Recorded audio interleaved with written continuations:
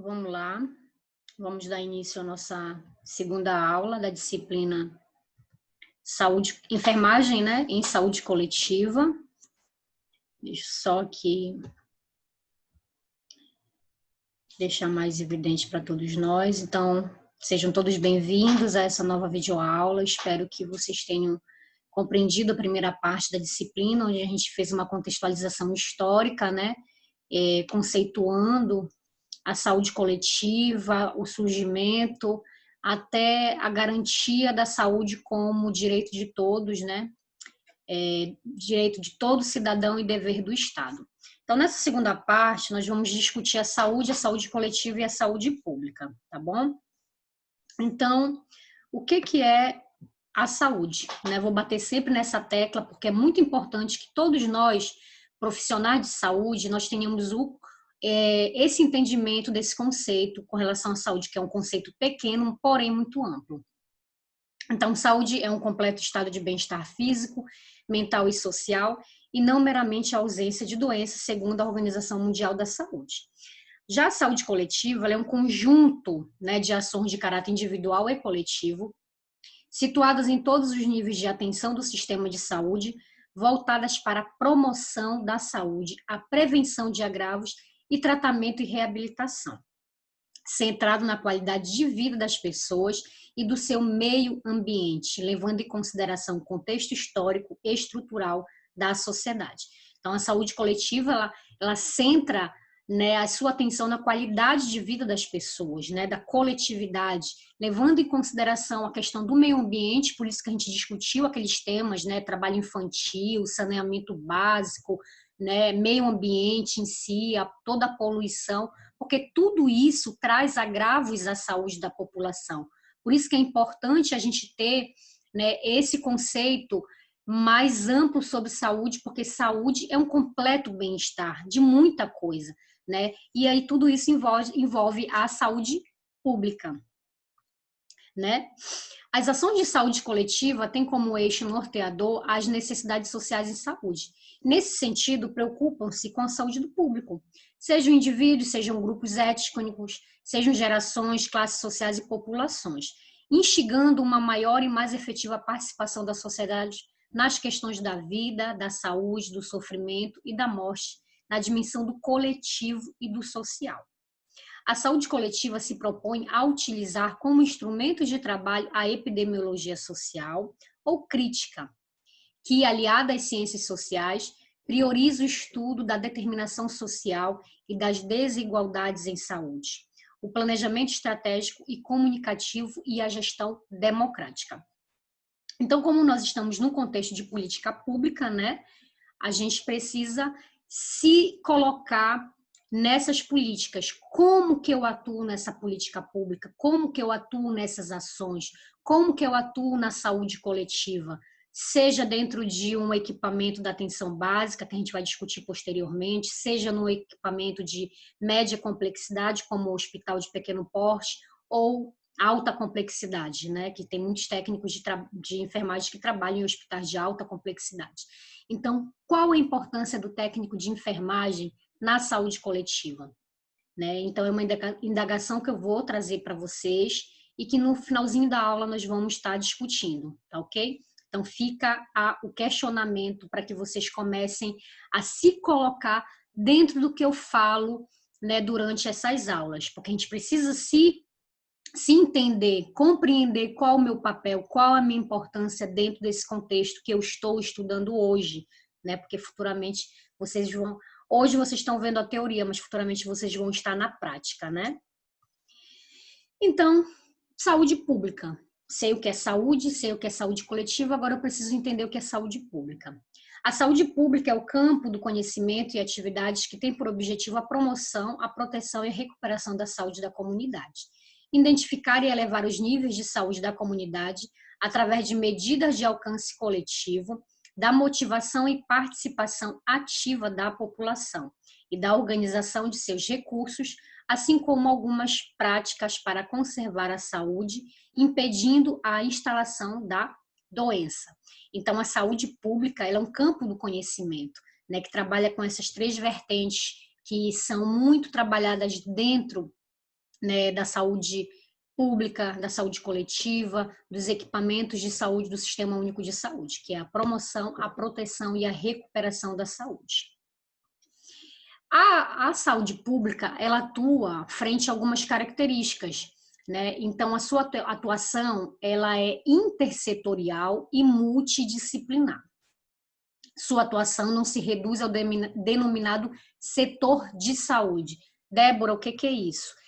Quando eu trabalho com saúde, se eu entendo saúde como um completo bem-estar físico, é, social, né, e mental, eu tenho que entender que eu preciso de outras políticas para que o indivíduo ele seja realmente atendido na sua integralidade, né? Então, por que é intersetorial? A saúde trabalha com setores ligados ao quê? A alimentação, a nutrição, ao trabalho, à habitação, ao meio ambiente, à própria educação, ao transporte e ao lazer. E outras milhões, né, de setores, outros milhões de setores. Então, o que eu tenho que entender? Que tudo isso está interligado. Às vezes eu atendo o menino lá da educação, ele precisa de uma intervenção da saúde, não é assim? Lá no transporte, eu preciso ter acessibilidade, eu preciso dar condições de higiene, eu preciso, né, dar estrutura para que aquele usuário daquele serviço ele realmente tenha qualidade naquele equipamento. Então, a saúde ela perpassa por tudo, por todos os setores, e a gente precisa compreender isso. Por que é multidisciplinar? Utilizam-se de conhecimentos provenientes da medicina e de várias outras ciências, engenharia, odontologia, educação, administração, epidemiologia, entre outros, né, conhecimentos. Débora, o que é isso? Quando a gente vai num posto de saúde, por exemplo, a gente se depara com vários profissionais.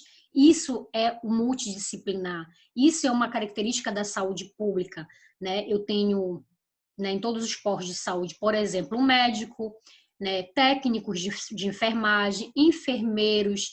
Geralmente eu tenho nutricionista, assistente social, psicólogo, farmacêutico.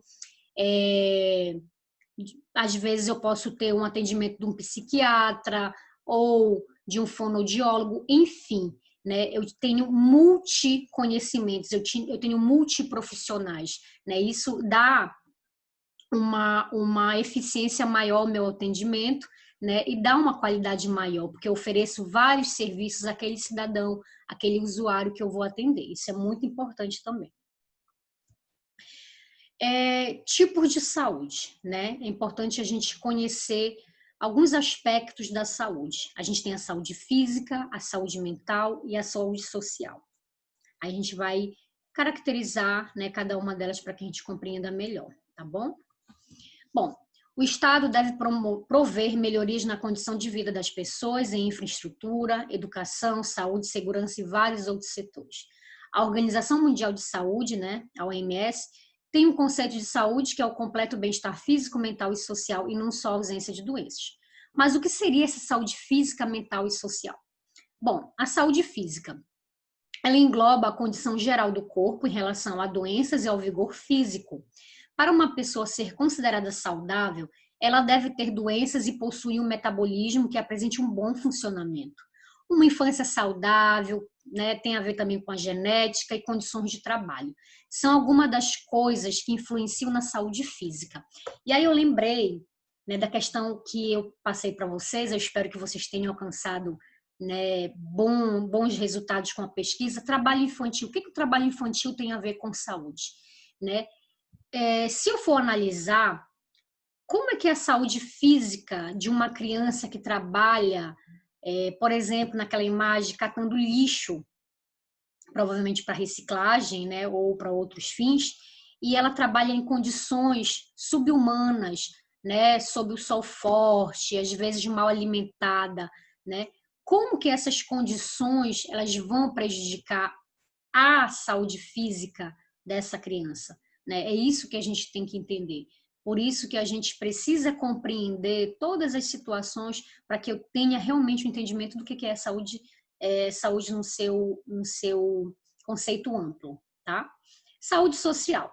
A saúde social é relacionada com a capacidade de um indivíduo interagir com outros e conseguir prosperar em ambientes sociais, além de considerar a capacidade da pessoa de interagir com a sociedade. Também são considerados os benefícios dessas interações com o bem-estar próprio, né, do indivíduo. Essa saúde é muito importante em relação à saúde individual. Então, a gente não vive numa ilha isolado, nós vivemos, né, em sociedade, nós precisamos nos relacionar, né, e de acordo com os novos conceitos, a saúde social é essa interação, é esse convívio, mas que seja um convívio saudável, né? Os ambientes sociais, eles têm que ser ambientes saudáveis, né, para que eu realmente tenha bem-estar e qualidade de vida. Saúde mental. Segundo a OMS, não existe uma definição oficial para a saúde mental.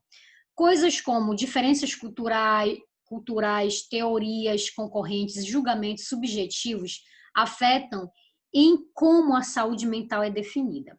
Então, cada cultura, né, cada forma de convivência, ideologias geram um posicionamento mental. A saúde mental pode ser descrito como qualidade de vida emocional e cognitiva, né, que tem a ver com a nossa inteligência emocional, tem a ver com como que eu me comporto, o meu equilíbrio, né? E a percepção da realidade, como que eu vejo o mundo, como que eu me vejo, como que eu me enxergo, né, perante a sociedade, qual o meu papel enquanto ser humano, enquanto profissional, a minha interação, né, a minha integração, perdão, social e emocional, entre outros itens, são avaliados para definir a saúde mental de uma pessoa. Geralmente, uma pessoa que tem uma saúde mental muito comprometida, ela acaba tendo algumas consequências na sua saúde social, porque ela perde um pouco a interação, ou às vezes perde totalmente a interação com o meio, e automaticamente isso influencia na sua saúde física, tá ok? Tem esses três tipos de saúde que são muito importantes, né, e são a base para que a gente compreenda verdadeiramente a saúde no seu contexto amplo, mas existem outros tipos, né, também. Além dos tipos de saúde mencionados anteriormente, que fazem parte da definição da OMS, existem também outras classificações de saúde, como veremos abaixo. Saúde sexual, por exemplo, é um estado de saúde física, mental e social que está relacionado à sexualidade, ou seja, para desfrutar do próprio corpo e fazer sexo saudável. Os problemas de saúde sexual podem variar, né? Aí tem um artigo que vocês podem estar procurando, os 8 problemas sexuais mais frequentes e como tratá-los, tá? Só a dica. Saúde alimentar. Comer saudável é uma parte importante do nosso corpo. A saúde alimentar está relacionada aos nutrientes que ingerimos e às quantidades que ingerimos, bem como as vezes em que, né, nos alimentamos. Então, a saúde sexual é um outro tipo também de saúde que é importante a gente trabalhar, apesar dos tabus. A saúde alimentar, o quanto que é importante essa parte nutricional para que a gente tenha realmente saúde, e a saúde ambiental. Temos outros ainda, né? Saúde ambiental é aquela que está ligada ao ambiente em que uma pessoa vive, ou seja, eles são os fatores externos que afetam uma pessoa. Por exemplo, o ambiente de trabalho pode causar estresse, que por sua vez pode causar problemas psicológicos, como ansiedade, insônia e depressão. Mas também problemas físicos, como a diarreia ou a constipação. A poluição sonora em um local também se refere à saúde ambiental, porque a exposição a ruídos prejudiciais pode causar consequências à saúde física em uma pessoa. A gente tem muita dificuldade de compreender que nós fazemos parte de um ambiente, né? Tudo que se refere a um ambiente, né, no contexto em que eu vivo, né, de alguma forma me compromete, seja no trabalho, né, um ambiente de trabalho, seja na rua onde eu moro, meu vizinho faz muito barulho com sons altos, ou eu moro num local que tem muitas festas, tudo isso diz respeito à saúde ambiental e precisa ser respeitado, né? Saúde pública, a gente já discutiu, é a saúde coletiva e a influência das decisões nas políticas para garantir a saúde de uma determinada população. Está relacionada à proteção gerenciada pelos governos, né? Então, a saúde pública é aquele conjunto de ações que os governos, né, através do governo federal, os governos estaduais e municipais, eles implantam, né, implementam nos municípios, nas suas localidades. Saúde econômica. Um tipo de saúde com base em boa estabilidade econômica e que o equilíbrio entre receita e despesa, seja de uma pessoa ou de um projeto financeiro, não é negativo. Saúde econômica é muito importante, né?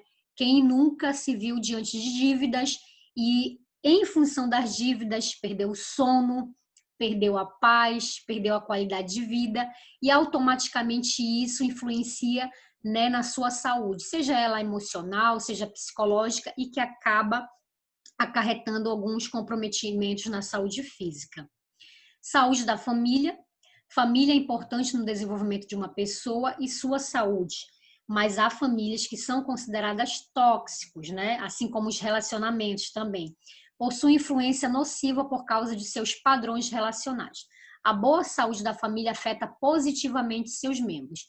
Então, assim, eu creio que seja muito fácil de nós compreendermos o quanto que a saúde da nossa família ela é importante. E quando eu falo de saúde, eu não estou dizendo que alguém da minha família está doente. Quando eu falo de saúde da família, estou dizendo que o meu relacionamento entre os membros da minha família é importante que eles sejam saudáveis, né? E a gente sabe que dentro do contexto das nossas famílias existem muitos conflitos, isso é muito comum. Mas como que eu trabalho esses conflitos, como que eu enfrento esses conflitos e como que eu assimilo essas situações para não comprometer a minha saúde física, a minha saúde emocional e automaticamente a minha saúde social também. E a saúde ocupacional. A saúde ocupacional tem a ver com a aplicação de medidas que permitam manter um ambiente de trabalho positivo e que favoreçam o bem-estar dos funcionários. Hoje existe uma grande preocupação, inclusive dentro da saúde, existe o tema saúde do trabalhador, que é muito importante que a gente compreenda, né? Existem muitos contextos de trabalho que levam ao trabalhador, né, ao esgotamento físico, ao esgotamento psicológico. Então, a saúde ocupacional é um tema muito recorrente nos dias de hoje, né, e precisa ser muito trabalhado, né, porque o profissional ele tem que executar suas tarefas, mas ele precisa também executar suas tarefas com certa qualidade de vida, né, com certa qualidade no ambiente de trabalho, seja nos relacionamentos, né, entre os colaboradores ou entre, né, as diferentes hierarquias, ou seja, nas condições estruturais mesmo, físicas, né, equipamentos. Então, tudo isso se direciona à questão da saúde ocupacional, tá bom? Vamos lá. Existem algumas proteções, né? E a gente vai trabalhar rapidamente aqui a proteção à saúde. Né? A saúde, ela não é apenas a ausência de doença, mas um direito ao completo bem-estar físico, mental e social, levando em consideração o quê? A promoção, a proteção e a recuperação da saúde. Por tal, a saúde é um direito de todos e dever do Estado. Nunca se esqueçam disso, né? Então, a gente tem que ter esse entendimento amplo do que é saúde. Do ponto de vista dos serviços de saúde, as ações de saúde preventiva podem ser divididas em 3 fases, né? A primária, a secundária e a terciária. O que é a prevenção primária? A prevenção primária inclui ações voltadas a impedir a ocorrência das doenças antes que elas se desenvolvam no organismo dos pacientes. Refere-se ao período pré-patogênico e diz respeito às ações sobre os agentes patógenos, né? Aqueles agentes que podem causar alguma infecção, seja ele micro, né, microscópico ou não, né? Mas ele vai trazer algum dano à saúde. Pré-patogênico e diz respeito às ações sobre agentes patógenos e seus vetores. Subdivide-se em 2 níveis, a promoção da saúde e a proteção específica. Então, essa prevenção primária é o quê? Objetivamente falando, é a prevenção de uma doença, né? Eu vivo num contexto insalubre, então eu tenho que agir antes de que esse contexto me leve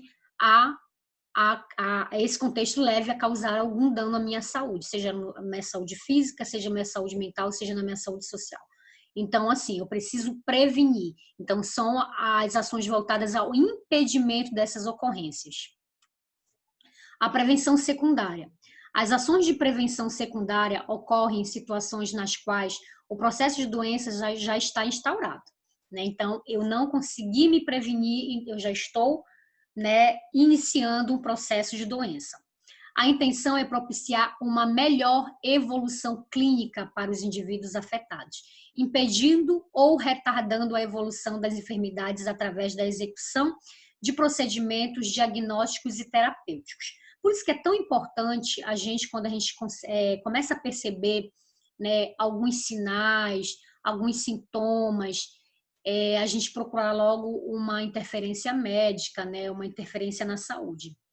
Porque às vezes a gente espera muito tempo e aí quando eu já estou num grau muito avançado. Então, essa prevenção secundária, eu já estou com uma situação de doença. Porém, eu posso, através das medidas, melhorar minha evolução clínica ou impedir ou retardar a evolução da enfermidade, né? Então, a gente trabalha com medidas específicas para aquele quadro clínico, né, de doença, ele não se agrave e que eu tenha mais rapidamente o bem-estar novamente.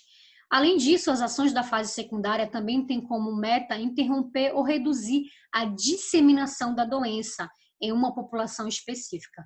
Esta fase também é dividida em 2 níveis, que é o diagnóstico precoce, que a gente acabou de comentar, e limitação da incapacidade. Então, é muito importante que a gente, quando precisa, a gente procure logo os serviços de saúde para que impeça, né, seja